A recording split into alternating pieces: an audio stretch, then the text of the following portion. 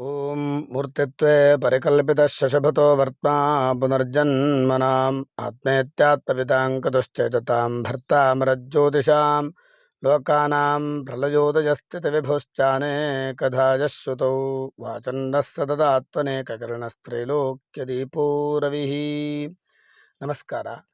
ಬುಧಗ್ರಹನಿಗೆ ಶತ್ರುಗ್ರಹಗಳು ಮತ್ತು ಮಿತ್ರಗ್ರಹಗಳು ಯಾವ್ಯಾವುದು ಅನ್ನೋದನ್ನು ನೋಡೋಣ. ರವಿ, ಶುಕ್ರ ಮತ್ತು ರಾಹುಗ್ರಹಗಳು ಮಿತ್ರಗ್ರಹಗಳು ಬುಧನಿಗೆ. ಕುಜ, ಗುರು, ಶನಿ ಮತ್ತು ಕೇತುಗ್ರಹಗಳು ಸಮಗ್ರಹಗಳು ಬುಧನಿಗೆ. ಚಂದ್ರಗ್ರಹ ಶತ್ರುಗ್ರಹ ಬುಧನಿಗೆ.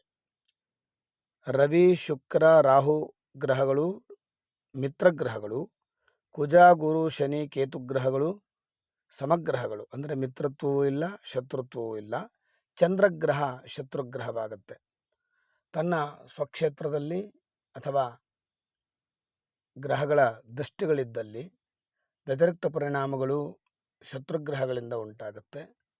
ಮಿತ್ರಗ್ರಹಗಳಿಂದ ಉತ್ತಮವಾಗಿರತಕ್ಕಂಥ ಪರಿಣಾಮಗಳು ಉಂಟಾಗುತ್ತೆ. ನಮಸ್ಕಾರ. ಓಂ